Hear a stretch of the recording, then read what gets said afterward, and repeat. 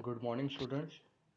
Today we are going to learn about the chapter number 1 of your computer textbook. That is name of the chapter Overview of Computer History, Storage Devices, Input and Output Devices. So this portion what we are going to cover in this today's WhatsApp class. Now we are going to start with the introductory part. As you can see, this is the chapter number 1 of your textbook which we are going to start. So now we all know that the content which is given in our textbook is very less. So that is why I have prepared a separate PPT to cover the more information regarding the computer history. So now we are moving up to the content that we are going to see. So as you can see, I have taken this particular PPT from the internet through which we are going to cover our portion. Now in this we are going to see introductory part of your history and the application. So now what is computer? This is the first question arises in our mind, that what is computer? Can we do anything right with the computer? So yes, the thoughts are coming in our mind that we can do multiple things with the help of computers. We can do calculations, we can make graphic designing, and we can also do analysis and so on. Many things we can do with the help of the computers. Now, so as we can see, what is computer? The definition of computer commonly which we all know is that computers are electronic devices that is programmed to accept input, process data, produce the output and store it later for the helpful purpose. Other definition is also given on the internet, that computer is normally considered as calculating machine that can perform arithmetic operations at very high speed. So this is the definition which is given here. Now who are going to use the computers? So we are user, human beings are user.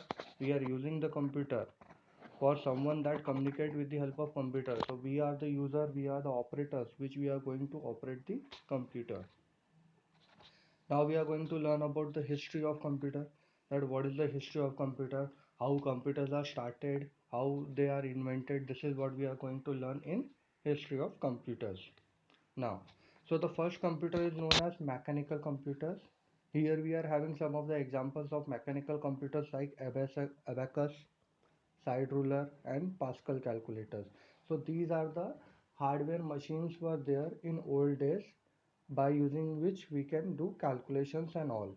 So here you can see earlier design for the more traditional computers based on mechanical techniques. So it uses the mechanical techniques for doing the calculations. Now we are coming up to the new era, that is your electronic computers. So in electronic computer, you are already aware of this all. These all are the component which we are using with the computers. Here you can see you are having the monitor here, you are having the CPU, you are having hard disks for storage. So we are having the keyboards, we are having mouse, we are having here RAM, we are having motherboard, we are having the other components which are integrated with the computer. So these all are known as electronical part. Now here you can see the one more important thing is also there, software, which is not shown here because software is a thing which installs and it is not tangible. Okay, now we are moving up to the history of computers. So the history which is given in your textbook is very less. The content is given in very short.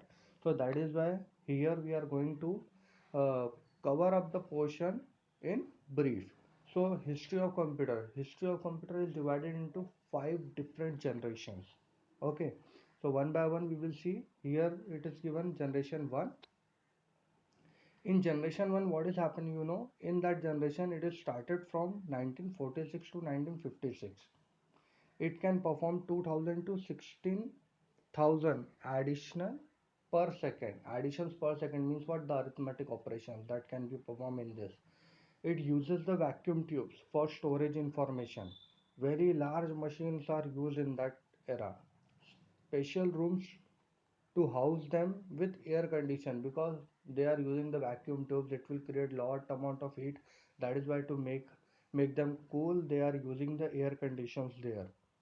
Specially trained technicians to run and maintain them. So it is obviously one thing is there that only trained professionals, those who know how to operate that computer, they are only able to use it. Okay, so this is what happened in the vacuum tube.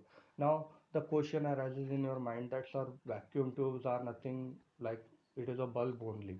So what purpose it is used? As we all know that which language computer understands? Zeros and one. So in this era, what is happening? They are having a series of vacuum tube. Means one after one, so many vacuum tubes are integrated there. So if the bulb is glowing, it is considered as 1. If the bulb is off, it is considered as 0. So they are having a series of bulbs there. So if one bulb is considering, it is considered as 1, other one is not glowing, it is considered as 0. So this is how they used to keep the data 101010, like that they will keep. And now some of the limitations are also there, because they are using bulbs. Some of the bulbs, they may get also diffuse, so it will not give you the proper data. That is why the other generations came into an picture. The other disadvantage is that it will create lot amount of heat. That is why we required the air condition and all. So these are the some of the disadvantages are there, which is connected with the uh, first generation.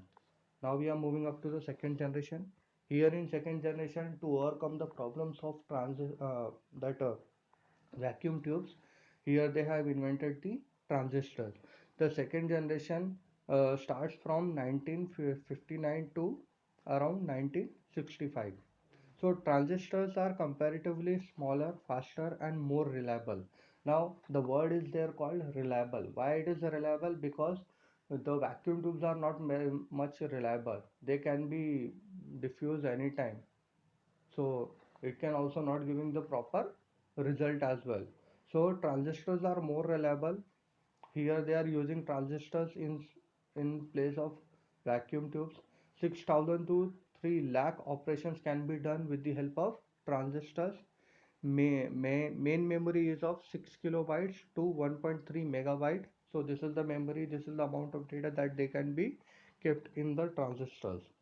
So one tenth the price of first generation computers. So the price of that particular device is also get reduced. Previously they are using lot amount of vacuum tubes for storing the data.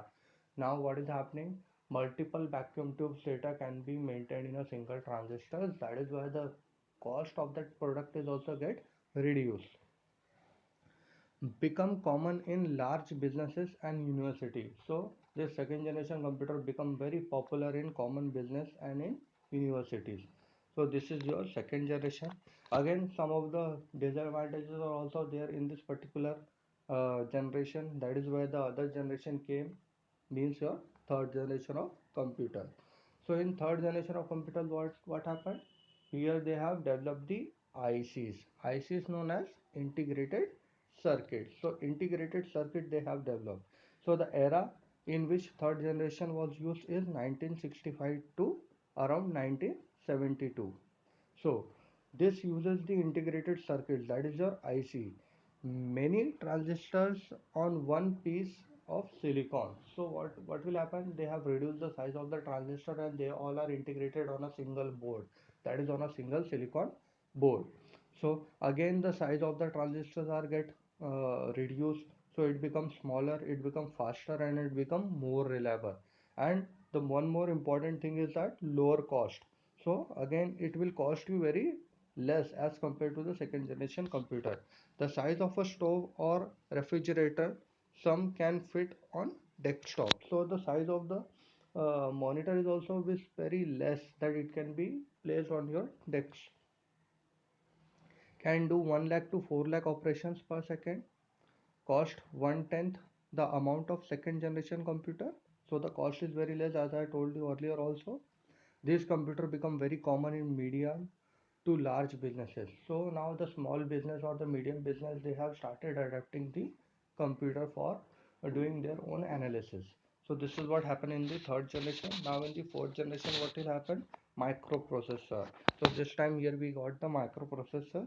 The fourth generation era started from 1972 until now. They are telling that until now, but I will tell you frankly, it is started up to 1972 to 2010. And then after we are started living in fifth generation of computer, that is your artificial intelligence. Now we all are using artificial intelligence in our mobile phones, in our devices. that it can automatically judge the things and it can make their own decision. That is known as artificial intelligence. We are providing an intelligence to the machines by our own self by artificially use large scale to very large scale integrated circuit, that is known as VLSI, that is very large scale integration, put more than one IC on a silicon chip. So what they are doing right now, previously on a single silicon board they are integrating the transistors. Now they are, what they are doing, they are taking one board and they are integrating multiple ICs, means again the size of the computer is get reduced, and on a single board they are integrating multiple ICs now, can do more than one function, and it can also do multitasking. Not only for the arithmetic calculations we can use this particular IC, but we can also do many things. Now again it becomes smaller, faster, more reliable, and the lower in price. The size of a television or much smaller. So the computer size become now very small, less than the television as well. Can do 5 lakh to 1 crore operations per second. Cost one tenth or less the amount of third generation computers, and very common in home and businesses. So nowadays what will happen? We have started using computers in our home as well. And as I told you, the present era is your fifth generation of computers, that is your artificial intelligence. In artificial intelligence we have started with the AI, and now we are providing intelligence to the robots with the help of computer. So that is known as fifth generation of computer. So that's it.